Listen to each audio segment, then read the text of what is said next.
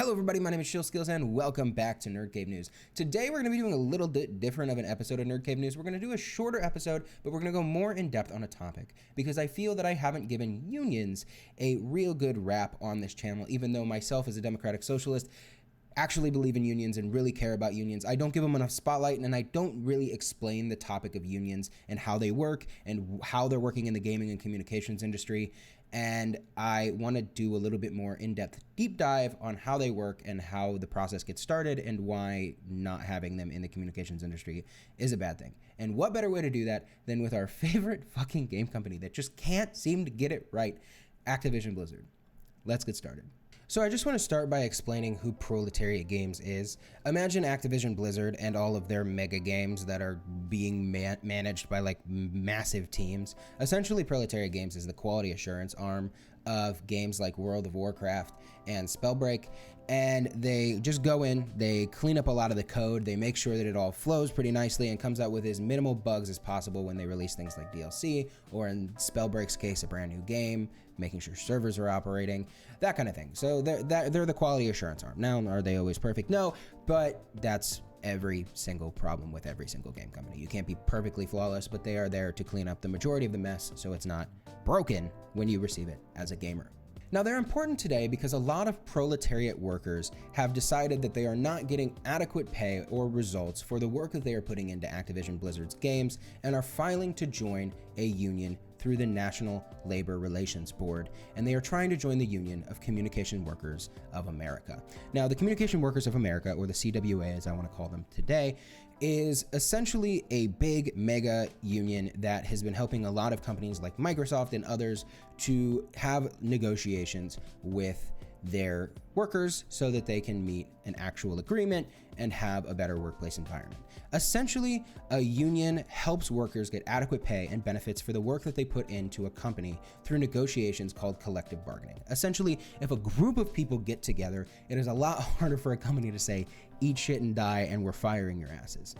And so, essentially, using collective bargaining and getting a union together allows for protections of a worker so that they can get adequate pay, adequate benefits, and adequate needs so they have a better workplace environment. Because most people don't want to leave their job. Most people don't want to say, I'm just going to go find another job that meets some of the other requirements that I'm asking for.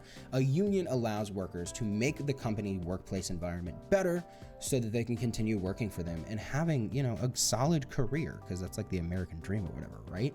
The problem that we have in this situation is that Activision Blizzard is refusing to acknowledge the new members to the CWA, and the Proletariat Games workers that are coming into the CWA are just not recognized, and they are not going to engage with negotiations for these workers. They're not going to engage in collective bargaining to help these workers out. They're just not acknowledging that they exist. They're not acknowledging that the union has existed, and it's extremely anti-competitive. Now, this is an interesting turn of events for a couple of reasons, but the main one is the fact that Microsoft, the company they're trying to get acquired by, is essentially recognizing a union for the same purpose, literally the exact carbon copy same thing for one of their quality assurance arms, ZeniMax.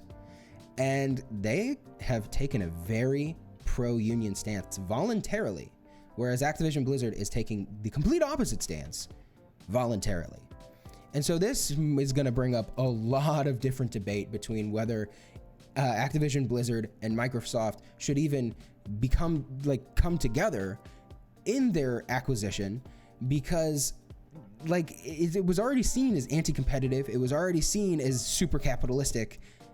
Why, in God's name, would we allow it to happen if one of them is anti-union and one of them is pro-union? It's just not going to work. They're incompatible. And so it's a very scary thing for a lot of the workers at both of these companies. It's a huge problem for the Proletariat Games workers, because if they got into the Microsoft ecosystem, they would have a better chance because it's already set a precedent with ZeniMax Studios. And so now it's this butting head situation that is continuing to make workers the stressor, and companies are just kind of profiting off the inconvenience of the entire situation. And I just can't help but hate Activision Blizzard more.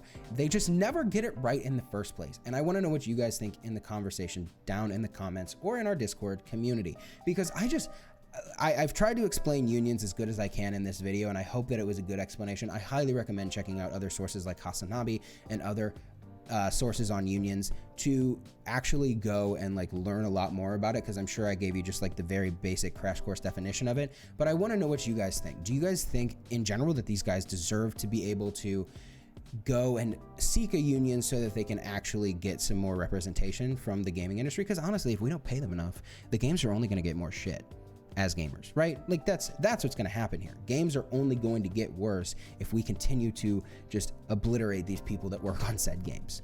So let me know what you guys think in the comment section down below. I think this is a really important stepping stone for the entire gaming industry as a whole. And again, just another chapter in this Microsoft acquisition of Activision Blizzard. And yeah, it's just not looking good for them at this point. They're just making all the wrong turns at all the right places. We'll see what happens. Let me know what you guys think in the comment section down below or in the Discord. Like and subscribe if you haven't already. And I'll see you in the next one. Okay, bye.